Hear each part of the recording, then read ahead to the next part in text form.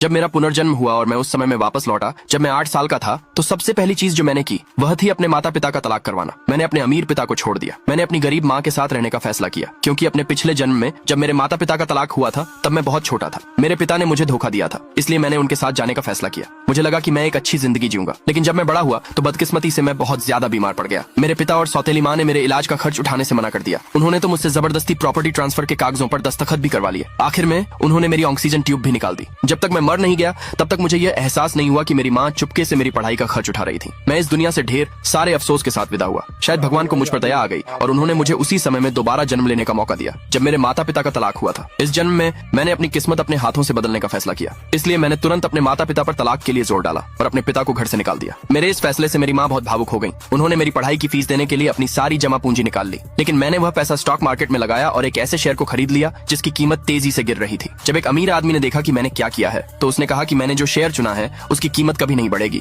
और उसने मुझे तुरंत उसे बेच देने की सलाह दी, वरना मैं सब कुछ गंवा दूंगा। लेकिन मैंने इस मौके का फायदा उठाकर उसके साथ एक शर्त लगा ली। मैंने कहा कि अगर थोड़ी ही देर में उस शेयर की कीमत बढ़ गई तो उसे मेरी माँ से शादी करनी पड़ेगी। मुझे बस एक हैंडसम और अमीर सौतेले पिता की जरूरत थी। उसका असिस्टेंट कुछ कहना ही चाहता था, लेकिन इससे पहले कि वह अपनी बात पूरी कर पाता उस आदमी ने पूरे आत्मविश्वास के साथ शर्त मान ली। ठीक उसी समय मेरी माँ घबराई हुई स्टॉक मार्केट पहुंची। जब उन्होंने देखा कि मैंने अपनी पढ़ाई की फीस के पैसे से शेयर खरीद लिए हैं तो वह गुस्से से आग बबूला हो गई। लेकिन मैंने उनसे कहा कि वह चिंता न करें और कहा कि 10 मिनट के अंदर हम बहुत सारा पैसा कमा लेंगे। अचानक मेरे पिता भी वहाँ आ गए। उन्होंने पहले ही जल्दी से एक नई पार्टनर ढूंढ ली थी। जैसे ही मेरी सौतेली माँ ने मेरी माँ को देखा वह उनका मजाक उड़ाने लगी। उन्होंने कहा कि मेरी माँ की किस्मत में पूरी जिंदगी नाकाम रहना ही लिखा है और वह मन ही मन खुश थी कि उन्होंने मेरी कस्टडी के लिए लड़ाई नहीं लड़ी। मेरे पिता ने मुझे बुरी तरह डांटा, ये देखकर कि वे मुझसे कितनी नफरत करते थे। मेरी आमतौर पर डरपोक माँ अचानक गुस्से से भर उठी। उन्होंने उन दोनों के सामने एक शर्त रखी। मेरी सौतेली माँ तुरंत मान गई। उन्होंने तो यहाँ तक शेखी बघारी कि अगर 3 मिनट के अंदर स्टॉक का भाव नहीं बढ़ा तो मेरी माँ को उनकी गुलाम बनकर सेवा करनी पड़ेगी और अगर वह हार गई तो उन्हें सबके सामने घुटनों के बल बैठकर मेरी माँ और मुझसे माफी मांगनी पड़ेगी। समय तेजी से बीता, लेकिन मैंने जो स्टॉक खरीदा था वह लगातार गिरता रहा। उस अमीर आदमी ने कहा कि मैंने तो आफत खड़ी कर दी है और मुझे इस बात के लिए कोसा कि मैंने अपनी माँ को भी अपने साथ डुबो दिया। जैसे ही 3 मिनट पूरे होने वाले थे मेरी सौतेली माँ मेरी माँ को जलील करने के लिए बेताब थी,